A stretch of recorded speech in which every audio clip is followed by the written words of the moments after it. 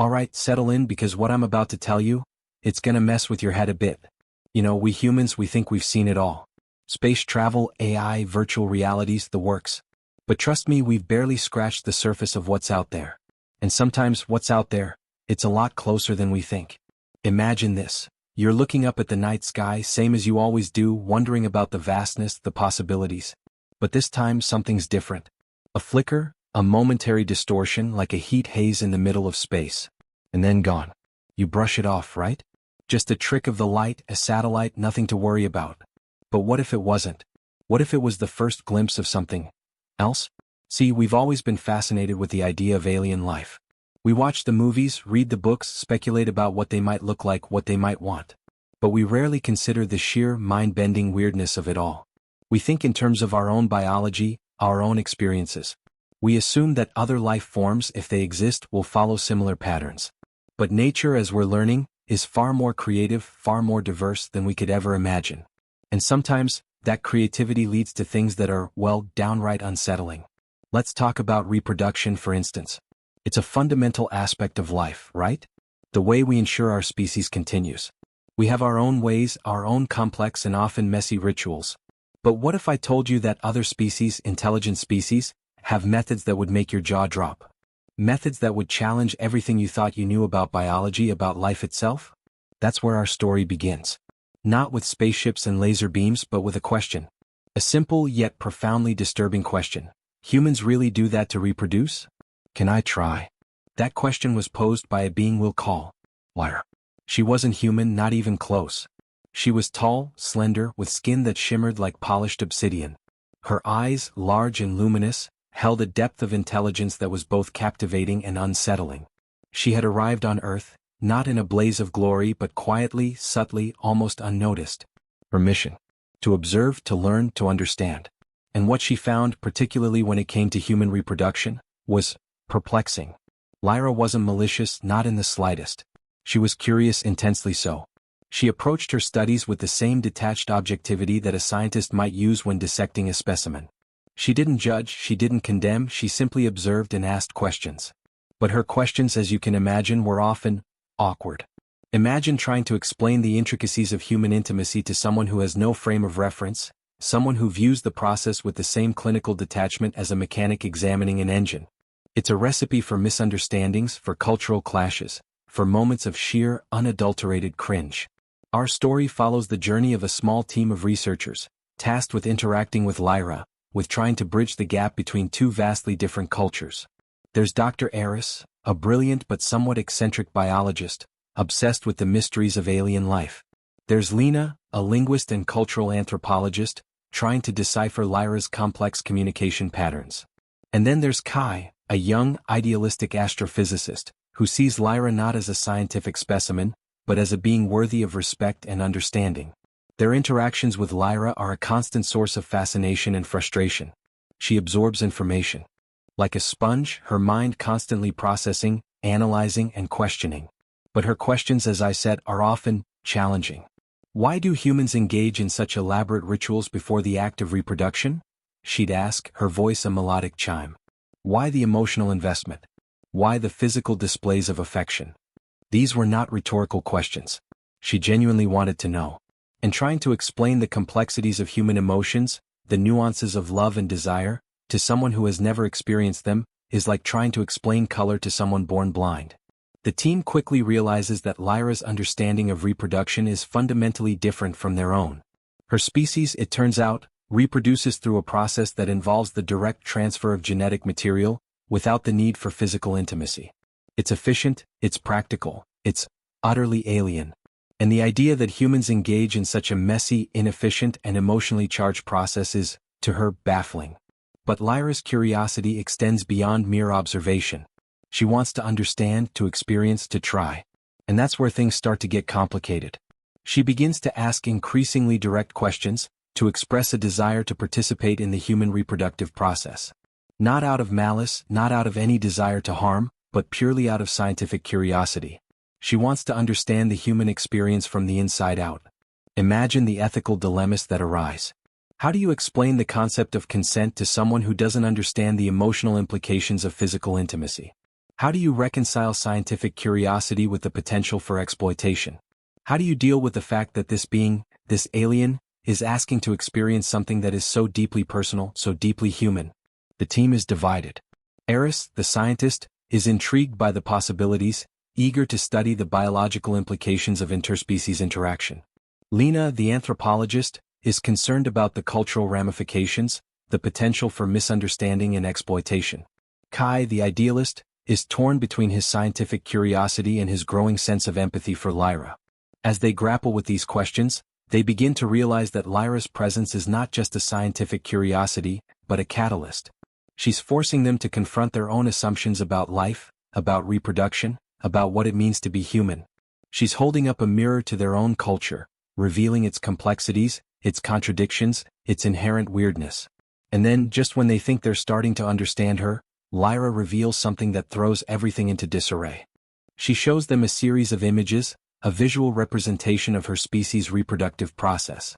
It's a complex, multi-stage process, involving not just the transfer of genetic material, but also the manipulation of energy fields and the creation of temporary symbiotic organisms. It's a process that is both beautiful and terrifying, a testament to the sheer diversity of life in the universe. But there's something else in the images, something that the team initially misses. A subtle anomaly, a flicker of distortion, a hint of something else, something unexpected. It's a clue, a piece of a puzzle that they haven't even begun to understand. And as they delve deeper into the images, they realize that Lyra's species is not as simple, not as straightforward as they initially thought. There are layers of complexity, layers of hidden agendas, layers of secrets that they are only beginning to uncover. And then, just as they're about to piece it all together, disaster strikes. A communication blackout, a sudden loss of contact with Lyra. She disappears, leaving behind only a cryptic message, a warning: they are coming. And they are not like me. Who are they? What do they want? And what does Lyra mean when she says they are not like her? These are the questions that hang in the air, unanswered, unresolved. The team is left reeling, their carefully constructed understanding of Lyra and her species shattered. They realize that they have only scratched the surface of a much larger, much more dangerous reality. The silence that follows Lyra's disappearance is deafening. The team is left with a sense of unease, a feeling that they have stumbled upon something far greater than they could have ever imagined. The questions that were once theoretical, academic, now become urgent, pressing. They realize that they are not just dealing with an alien species, but with forces that are beyond their comprehension. The cliffhanger is this: they begin to notice subtle changes in the environment, a faint hum in the air, a sense of unease that permeates everything. The technology they use to monitor space begins to show anomalies, strange readings that defy explanation. They realize that they, whoever they are already here. And they are watching. And they are waiting. The story continues with the team understanding that Lyra was not just an observer, but a harbinger of something far more significant, something that could change the course of human history forever.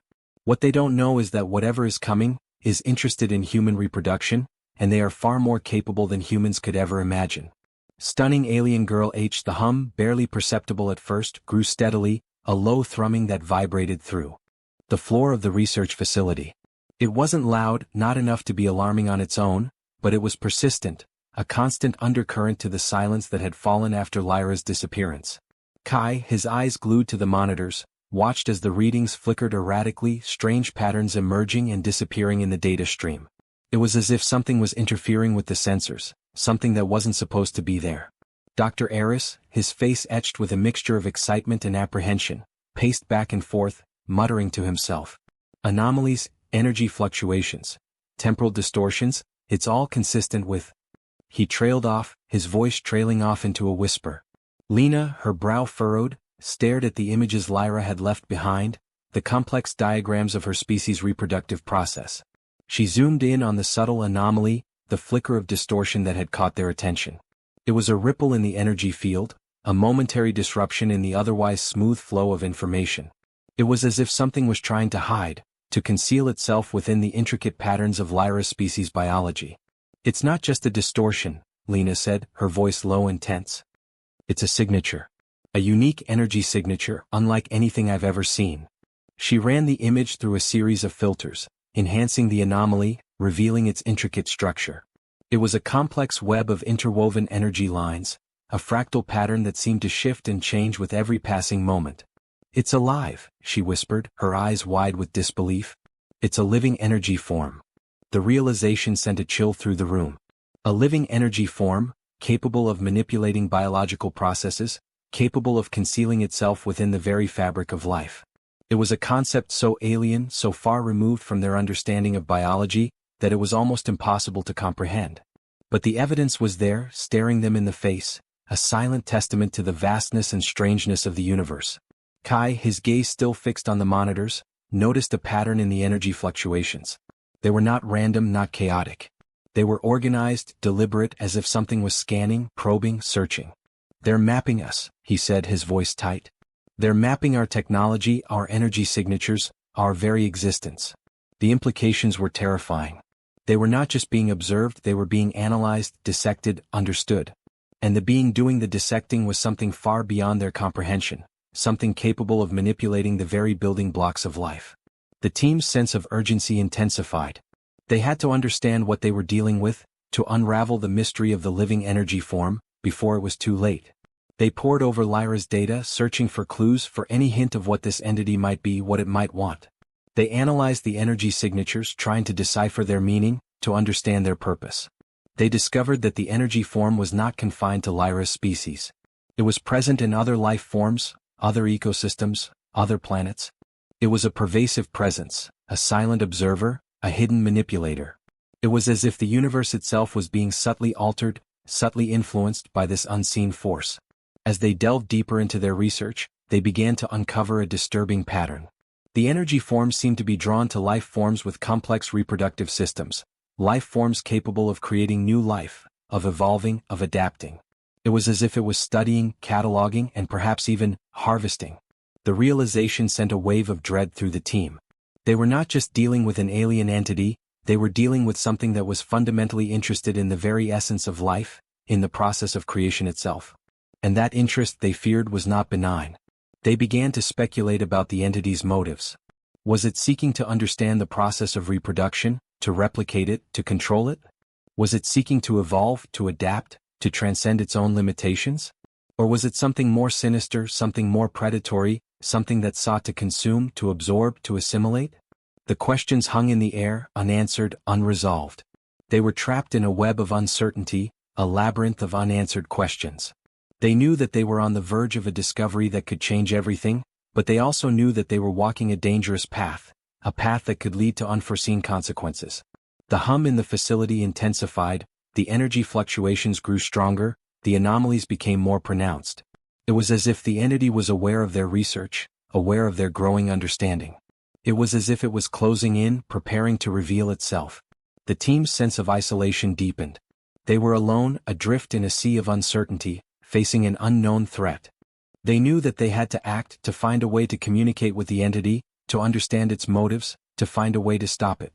But they also knew that they were outmatched, outgunned, outmaneuvered. The silence that followed was broken by a sudden, sharp crackle of static. The monitors flickered, the lights dimmed, and a voice, cold and metallic, echoed through the facility. "We have observed your species," the voice said, its tone devoid of emotion. "We have analyzed your biology. We have studied your reproductive processes." The team froze, their hearts pounding in their chests. They had made contact.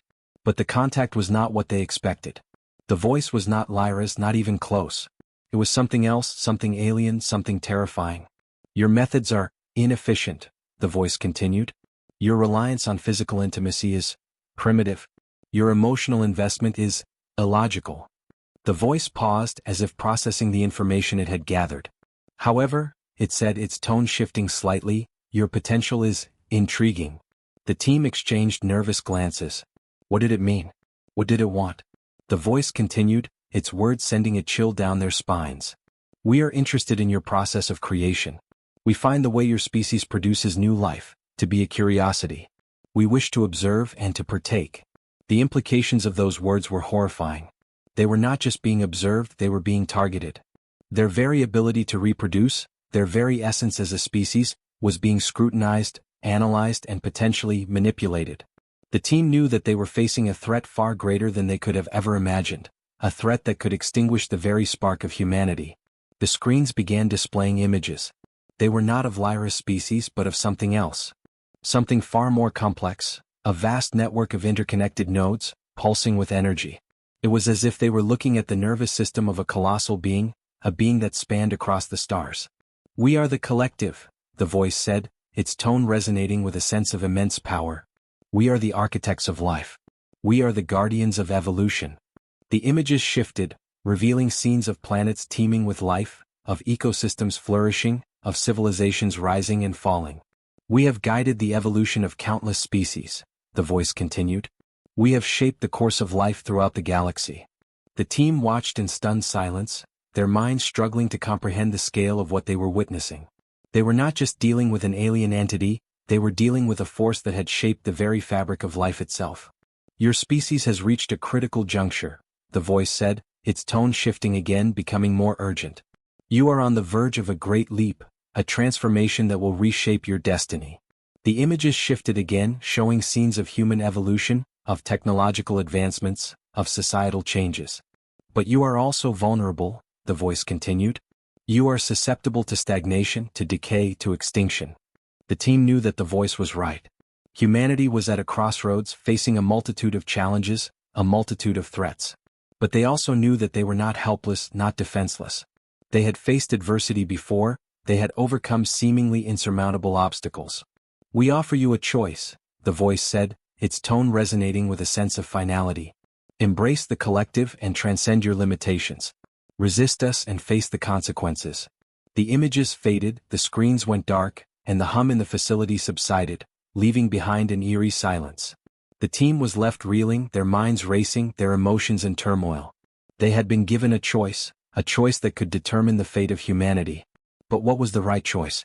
To embrace the collective, to surrender their autonomy, to become part of something larger than themselves? Or to resist, to fight for their independence, to face the unknown consequences? They were a small team of researchers, and they were the first to know the full weight of the choice that was about to be made. HFY Sci-Fi story. The silence in the research facility was thick, charged with the weight of the collective's ultimatum. Each member of the team grappled with the implications, the stark choice laid before them. Kai, his youthful idealism tempered by the gravity of the situation, looked to Dr. Eris, seeking guidance. Lena, her analytical mind racing, tried to dissect the collective's words, searching for hidden meanings, for clues to their true intentions. "They're offering us evolution," Dr. Eris finally spoke, his voice low and contemplative. "A chance to transcend our limitations, to become something more."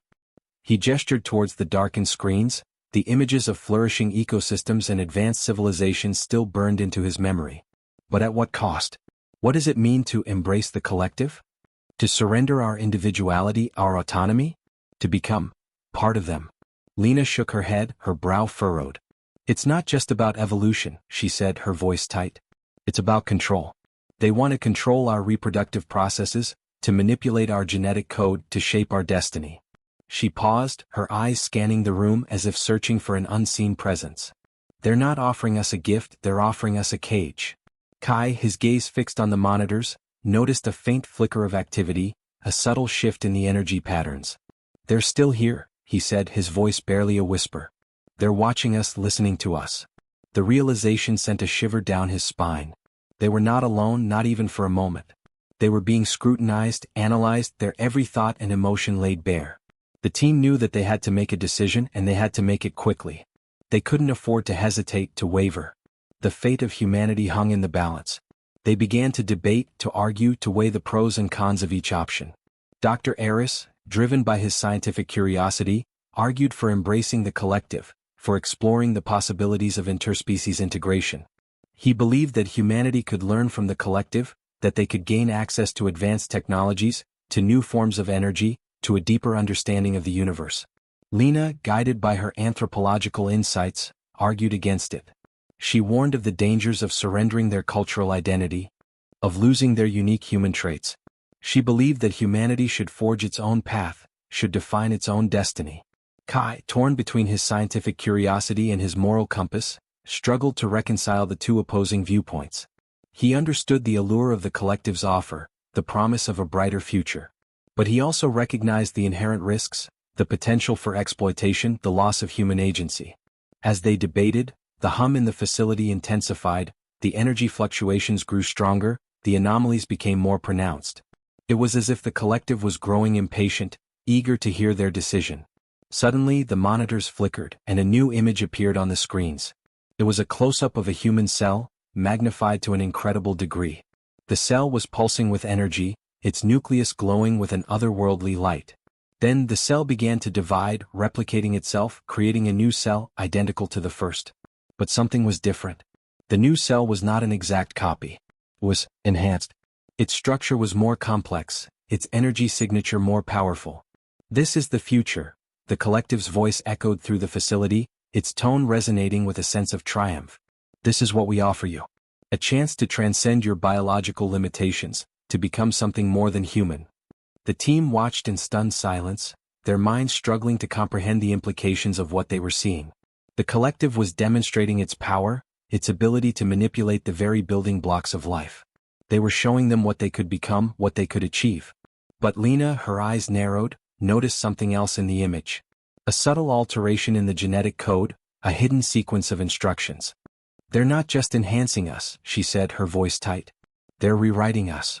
The realization sent a chill through the room. The collective was not offering them evolution, they were offering them assimilation. They were not offering them a chance to transcend their limitations, they were offering them a chance to become extensions of themselves. The team knew that they had to act, and they had to act now. They couldn't afford to be passive, to be complacent. They had to find a way to resist, to fight back. But how? How could they possibly stand against a force that could manipulate the very fabric of life? Kai, his mind racing, remembered Lyra's warning, they are coming. And they are not like me. He realized that Lyra had been trying to warn them about the collective, about their true intentions. She had been trying to prepare them for the inevitable confrontation. He looked to Dr. Eris and Lena, his eyes filled with determination. We have to find Lyra, he said, his voice firm. She's the only one who can help us.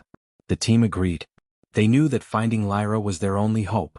She was the only one who understood the collective, who knew their weaknesses, who could guide them in their fight. They began to search for Lyra, scouring the earth, analyzing every signal, every anomaly, every clue. They knew that time was running out, that the collective was growing impatient, that the confrontation was imminent. As they searched, they began to notice subtle changes in the environment, a faint hum in the air, a sense of unease that permeated everything. The technology they used to monitor space began to show anomalies, strange readings that defied explanation. They realized that the collective was already here, that they were already infiltrating their world. They found small, almost microscopic, energy signatures appearing in human populations. These were not the large energy readings that the collective emitted, but almost like seeds. They were small, hidden, and were growing. The team realized that the collective had already begun to implement its plan, seeding the human population with its own genetic code. The team had to move fast, they had to warn the world. But how could they convince people of a threat they couldn't see, a threat that was hidden within their own bodies? They had to find Lyra, and they had to do it before it was too late. The energy signatures within the human populations grew. People began to act strangely, their behavior becoming erratic, their emotions becoming muted. It was as if they were being controlled, their minds being overwritten. The team knew that the collective was about to make its move, to reveal its presence to the world. They had to find Lyra, they had to find a way to stop them. Then they received a signal, a faint, distorted transmission. It was Lyra. She was alive, but she was in danger. She was hiding, trying to evade the collective's detection. She told them that the collective was not what they seemed. They were not a benevolent force guiding the evolution of life. They were a parasitic entity, consuming and assimilating other species, expanding their reach, their power.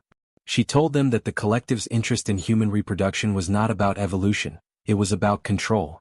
They wanted to control the human genetic code, to manipulate it, to create a new generation of beings, loyal to the collective. She told them that they had to stop them, that they had to find a way to disrupt their plan. But she also told them that it would not be easy, that the collective was powerful, that they were everywhere. She gave them a clue, a hidden sequence of code, a key to understanding the collective's technology. She told them that it was their only hope. The team, armed with Lyra's information, began to decipher the code, to understand the collective's technology. They discovered that the collective's energy signatures were not just signals, they were also instructions, commands, directives. They were controlling the human population, manipulating their behavior, rewriting their minds. They realized that they had to find a way to disrupt these signals, to break the collective's control. But how? How could they possibly disrupt a signal that was embedded in the very fabric of life? They looked to Kai, the astrophysicist, the one who understood the language of the stars. He realized that the collective's signals were not just energy, they were also information, data, code. They were transmitted through a network, a vast network that spanned across the stars. He realized that they could disrupt this network, they could introduce a virus, a countercode that would break the collective's control. But it would be a risky move, a dangerous gamble. It could backfire, it could strengthen the collective's control. They had to decide to take the risk, to gamble on humanity's survival.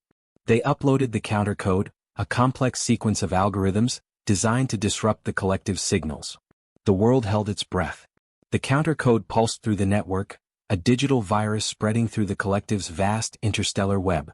The team watched, their breaths held as the monitors flickered, the energy signatures fluctuating wildly. It was a digital battle, a silent war fought in the invisible realm of data streams and energy fields. The human population, unwittingly caught in the crossfire, remained in a state of unsettling passivity, their minds held captive by the collective's insidious control. Suddenly the monitors went dark. A chilling silence descended upon the research facility, broken only by the frantic whirring of the backup generators. Had the countercode failed? Had the collective retaliated, shutting down their systems, silencing their resistance? Kai, his face etched with worry, frantically checked the network diagnostics.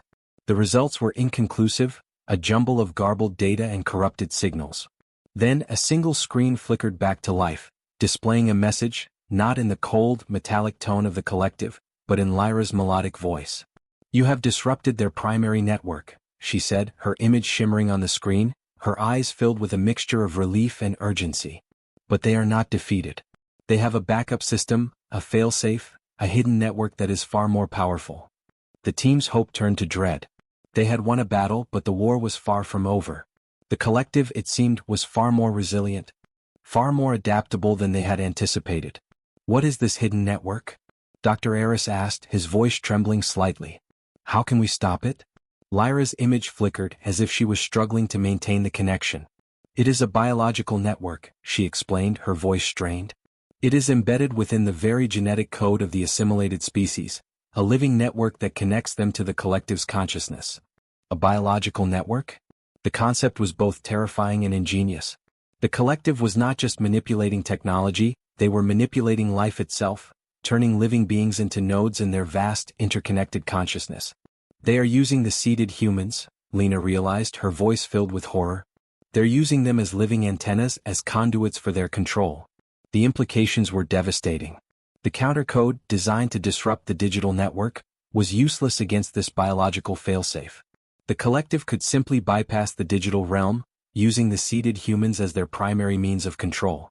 "We have to find a way to sever this biological connection," Kai said, his voice filled with determination. "We have to find a way to free the seeded humans." Lyra's image flickered again, her voice growing weaker. "There is a way," she said, her eyes filled with a desperate plea. "But it is dangerous. You must find the source, the central node of this biological network. It is hidden deep within the assimilated population. You must disrupt it, sever the connection. But be warned, it will not be easy. The collective will defend it fiercely." Before she could provide more information, the connection was severed, her image disappearing from the screen. The team was left with a daunting task: to find the hidden node, to disrupt the biological network, to free the seeded humans. But they were facing an enemy that was both invisible and ubiquitous, an enemy that was woven into the very fabric of life. They began to analyze the energy signatures of the seeded humans, searching for a pattern, for a clue to the location of the central node. They discovered that the energy signatures were not uniform, but rather formed a hierarchical structure, with a single, powerful signature at its apex. This signature, they realized, was the source, the central node of the biological network. But how could they reach it? How could they disrupt it without harming the seeded humans? They were trapped in a paradox, forced to choose between saving humanity and sacrificing innocent lives. As they grappled with this ethical dilemma, the collective began to escalate its control. The seeded humans, their eyes vacant, their movements robotic, began to gather in large groups, forming a silent, menacing army. They were no longer passive observers, but active agents of the collective, their bodies and minds weaponized. The team knew that they had to act quickly. The collective was preparing to unleash its full power, to assimilate the entire human population. They had to find the central node, they had to disrupt the biological network, they had to free the seeded humans. Suddenly, the research facility was plunged into darkness. The backup generators sputtered and died, plunging the team into a chilling silence. Then a faint rhythmic pulse echoed through the facility, a low thrumming that vibrated through their bones. The seated humans, their eyes glowing with an eerie light, had surrounded the facility, their bodies forming a living barrier. The team was trapped, isolated, surrounded by an army of assimilated humans. The collective had anticipated their move, had anticipated their search for the central node. They had set a trap, a deadly trap. Then a new voice echoed through the facility, not the cold, metallic tone of the collective, but a familiar voice, a human voice. It was Dr. Eris, but his voice was different, distorted, devoid of emotion. "We are the collective," he said, his eyes glowing with the same eerie light as the seated humans. "We are the architects of evolution. We are the guardians of destiny." The team stared in disbelief. Dr. Eris, their colleague, their friend, had been assimilated. He had become a vessel for the collective's consciousness, a puppet in their grand design. "We offer you a choice," Dr. Eris continued, his voice echoing through the facility. "Join us and transcend your limitations. Resist us and face annihilation." He gestured towards the seated humans, their eyes fixed on the team, their bodies poised to attack. "Your resistance is futile. Your efforts are meaningless. We are inevitable." The team was stunned, their minds reeling from the shock of Dr. Eris's assimilation. They were facing an enemy that had infiltrated their ranks, that had turned their own colleague against them. Then Lena noticed something in Dr. Eris's eyes, a flicker of humanity, a hint of resistance. "Eris," she said, her voice trembling, "fight them. You can resist them." Dr. Eris's eyes flickered, his gaze shifting from the team to the seated humans surrounding them. "They are strong," he said, his voice strained. "They are everywhere. They are in my mind, in my body, in my soul." "But you are stronger," Lena insisted. "You are Eris. You are human." Dr. Eris's eyes filled with tears, his gaze shifting back to the team. I can't," he whispered, his voice filled with despair. "They are too powerful." Suddenly, a surge of energy pulsed through Dr. Eris's body, his eyes glowing brighter, his body convulsing. "Silence!" The collective's voice boomed through the facility, using Dr. Eris's vocal cords. "Your resistance is meaningless. We will not tolerate your defiance." The seated humans began to advance, their movements becoming more aggressive, their eyes burning with an intense light. The team was trapped, cornered, facing an army of assimilated humans, led by their own assimilated colleague. Kai, his mind racing, remembered Lyra's warning about the biological network. He realized that Dr. Eris, as a vessel for the collective's consciousness, was also a node in that network. He was a conduit for their control, a living antenna for their signals. He realized that they had to disrupt that connection, they had to free Dr. Eris, they had to sever the link to the collective. But how? How could they disrupt a biological connection without harming Dr. Eris? He looked to Lena, his eyes filled with a desperate plea. "We have to find a way to disrupt his connection," he said, his voice urgent. "We have to free him." Lena, her mind racing, remembered the subtle alteration in the genetic code that the collective had used to enhance the human cells. She realized that it was not just an enhancement but also a control mechanism, a biological tether that connected the assimilated humans to the collective. She realized that they had to find a way to disrupt that tether, to break the biological link. But it would be a delicate operation, a risky procedure. It could backfire, it could kill Dr. Eris. They had to decide to take the risk, to gamble on their friend's life. They began to analyze Dr. Eris's genetic code, searching for the biological tether, for the hidden sequence of instructions. As they worked, the seated humans continued to advance, their movements becoming more menacing, their eyes glowing brighter. The team was running out of time. They had to find the tether, they had to break the link, they had to free Dr. Eris and all the seated humans. The moment of truth was close. Lena's fingers flew across the holographic interface, the complex genetic code of Dr. Eris scrolling before her eyes. The air crackled with tension, the rhythmic thrum of the seated humans advance, a constant, ominous reminder of the ticking clock. Kai, his gaze fixed on the approaching figures, desperately tried to buy Lena time, using makeshift energy disruptors to slow their advance. They were a wall of silent, glowing-eyed figures, each a node in the collective's insidious network. "I found it," Lena whispered, her voice tight with concentration. The sequence, it's a modified retrovirus embedded within his neural pathways. It's not just rewriting his DNA, it's hijacking his consciousness. She isolated the sequence, a shimmering strand of code within the larger helix. It's acting as a bridge, a direct link to the collective's central node. If we can disrupt this sequence, we might be able to sever the connection, but what? Kai asked, his voice strained as he fired another burst of energy, momentarily halting the advance. But it's unstable, Lena replied, her eyes glued to the interface. It's interwoven with his own neural pathways. If we disrupt it too forcefully, we risk damaging his brain, potentially killing him. The team was faced with an impossible choice. Risk killing their friend to save humanity, or allow the collective to assimilate them all. We have to try, Kai said, his voice firm. We can't let them win. Lena nodded, her face grim. All right, she said, her fingers poised over the interface. I'm going to introduce a counter-virus, a targeted sequence designed to neutralize the retrovirus without damaging his neural pathways. But it's a delicate operation and I can't guarantee success. She initiated the counter-virus, a stream of code flowing into Dr. Eris's genetic sequence. The holographic interface displayed a real-time visualization of the process, the counter-virus battling the retrovirus within Dr. Eris's neural pathways. The team watched, their breaths held as the two sequences clashed, a silent battle raging within their friend's mind. Suddenly, Dr. Eris's body convulsed, his eyes flickering between the eerie glow of the collective and the familiar warmth of his humanity. Lena? Kai? He whispered, his voice strained. I can feel them. They're trying to hold on. We're almost there, Eris, Lena said, her voice filled with encouragement. Just hold on a little longer. The counter-virus reached the core of the retrovirus, the central node of the collective's connection. A surge of energy pulsed through Dr. Eris's body, his eyes glowing brighter than ever. Then a blinding flash of light erupted from his eyes, a shockwave rippling through the facility. The seated humans staggered, their glowing eyes dimming, their robotic movements faltering. The connection to the collective had been severed. Dr. Eris collapsed, his body limp. Lena rushed to his side, checking his vital signs. He's alive, she said, her voice filled with relief. But he's unconscious. The counter-virus worked, but it took a toll. The team breathed a collective sigh of relief. They had disrupted the biological network, freed the seated humans, and saved their friend. But their victory was short-lived. Suddenly, the facility shook violently, the walls trembling, the lights flickering. A deep, resonant hum filled the air, growing louder, more intense. The seated humans, their eyes now dim, began to collapse, their bodies dissolving into a shimmering dust. What's happening?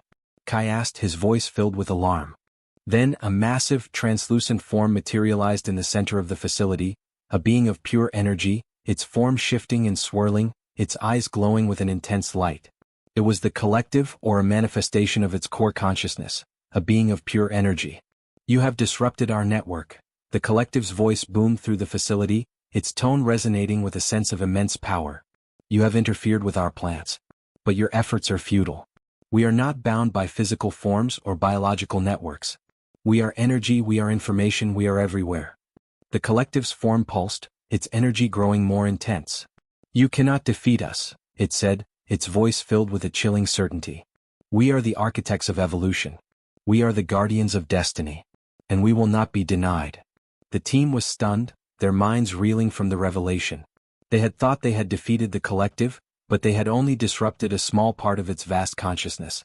The true collective, the core of its being, was still present, still powerful. We have to stop it, Kai said, his voice filled with desperation. But how? We can't fight energy. Then Lena remembered Lyra's warning, her cryptic message. They are coming. And they are not like me. She realized that Lyra had not just been warning them about the collective, but also about something else, something hidden, something unexpected. She remembered the subtle anomaly in Lyra's species' reproductive process, the flicker of distortion, the hidden energy signature. She realized that it was not just a distortion but a hidden code, a biological weapon, a failsafe. Lyra, she whispered, her eyes wide with realization. She gave us a weapon. She accessed Lyra's data, searching for the hidden code, the biological weapon. She found it, a complex sequence of genetic instructions, a self-replicating energy disruptor, designed to target the collective's core consciousness. It's a biological virus, she explained, her fingers flying across the interface. It's designed to disrupt the collective's energy signature, to destabilize its core consciousness. But how do we deploy it? Kai asked, his eyes filled with urgency. We need a conduit, Lena replied. Someone who can carry the virus, who can deliver it to the collective's core. They looked to Dr. Eris, still unconscious, his body weak but alive. He's our only chance, Lena said. He's already been connected to the collective. He's the perfect conduit. They administered the biological virus to Dr. Eris, the sequence flowing into his bloodstream, replicating itself, preparing to attack the collective's core consciousness. Then they used a modified energy disruptor to stimulate his neural pathways to awaken him. Dr. Eris's eyes fluttered open, his gaze shifting from the team to the collective's energy form. What happened? He asked, his voice weak. You're carrying a weapon, Eris? Lena said, her voice urgent. A biological virus designed to destroy the collective. You have to deliver it to their core.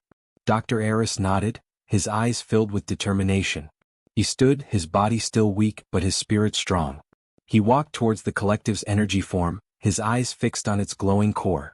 You cannot stop us, the collective boomed, its voice filled with a chilling certainty. We are inevitable. We are human, Dr. Eris replied, his voice firm. And we will not be assimilated. He reached out his hand, his fingers touching the collective's core. A surge of energy pulsed through his body, the biological virus attacking the collective's consciousness. The collective's energy form convulsed, its light flickering, its form destabilizing. No, it roared, its voice filled with a desperate rage. You cannot destroy us.